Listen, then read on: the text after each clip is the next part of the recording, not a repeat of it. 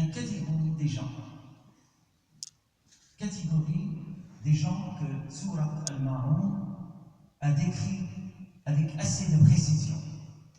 Ces gens-là, c'est des gens qui n'ont pas de foi, qui n'ont pas de confiance en Allah subhanahu wa ta'ala. Ces gens-là ont du mal à se rapprocher du Créateur en faisant leur prière. Ces gens-là oublient souvent leur prière, ou ils vont la retarder. Ces gens-là vont faire des fois des bonnes actions, mais ce n'est pas pour Allah.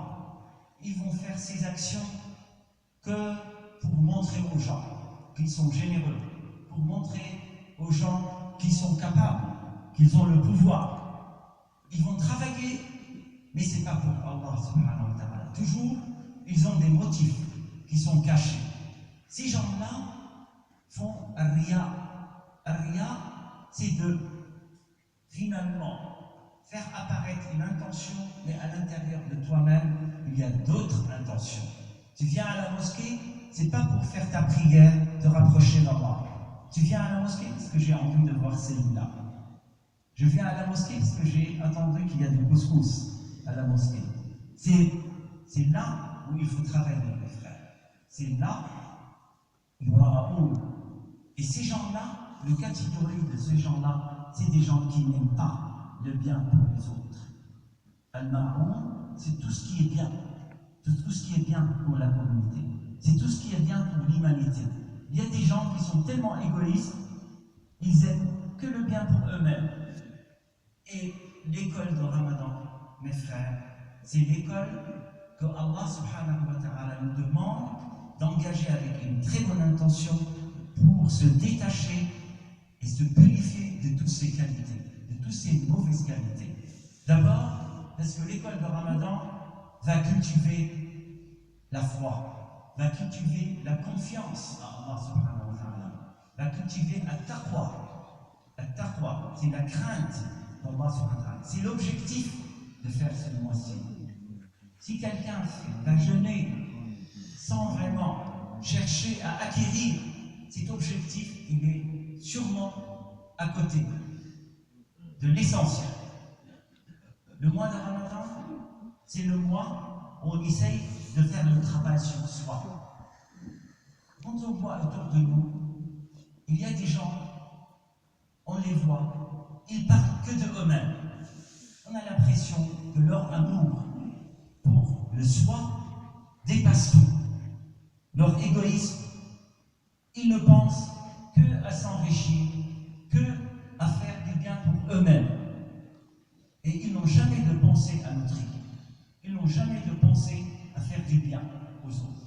C'est l'école du mois de Ramadan qui va nous aider, mes frères, à acquérir la qualité d'être humain, d'être serviteur, d'être fraternel. Allah te fait, mon frère, souffrir pour penser aux autres. Allah te fait souffrir pour affaiblir cet amour de soi. Pour savoir que dans la vie, Allah subhanahu wa ta'ala te demande de faire ce travail pour éviter l'égoïsme.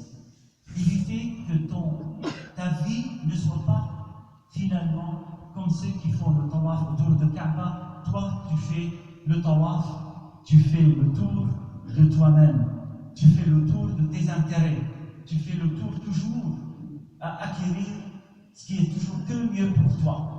Il faut que tu aies un minimum de pensée, et c'est l'école de Ramadan qui va nous apprendre vers ta communauté. Il faut un minimum de pensée, c'est pour essayer de planifier, à donner à manger à un nécessiteux, à faire du bien à quelqu'un d'autre, à montrer un bon exemple, un bon modèle d'un musulman qui a surmonté ses faiblesses, un musulman qui a le contrôle de ce côté animalier qui est dans l'être humain, de ce côté d'attachement à l'argent, de ce côté d'attachement au matériel, de ce côté d'attachement à ce monde-là. Walhamdulillahi Rabbil Alamin, wa sallallahu wa sallam wa baraka ala sayyidina Muhammad wa ala alihi wa sahbihi wa sallam ajma'in.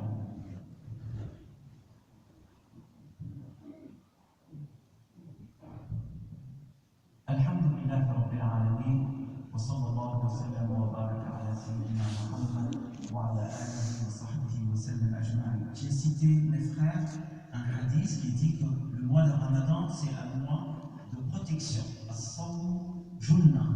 Ça veut dire que le fait de pratiquer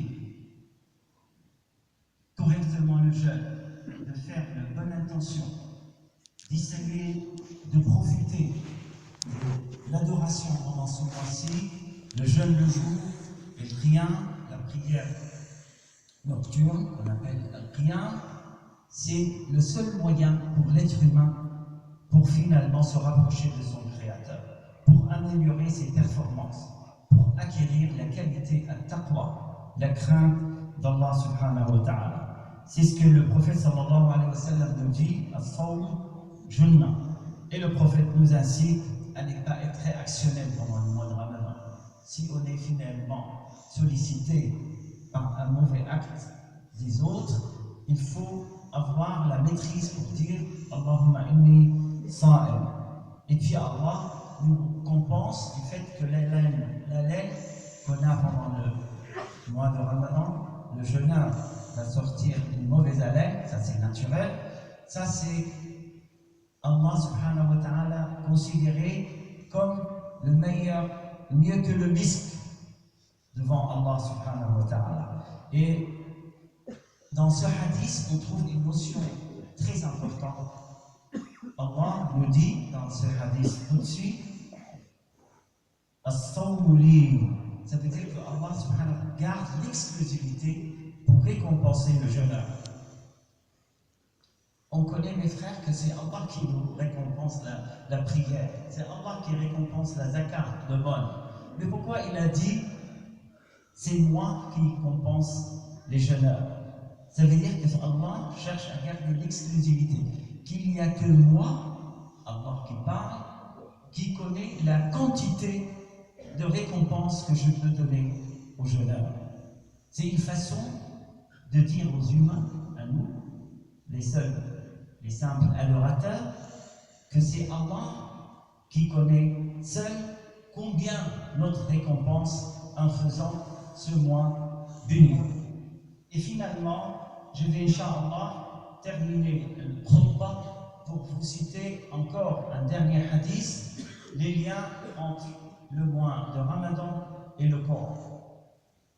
Allah subhanahu wa ta'ala a fait dans le Coran les liens entre le mois de Ramadan et le Coran. Allah nous dit شهر رمضان الذي أنزل فيه القرآن هدى للناس وبينات من الهدى والفرقان.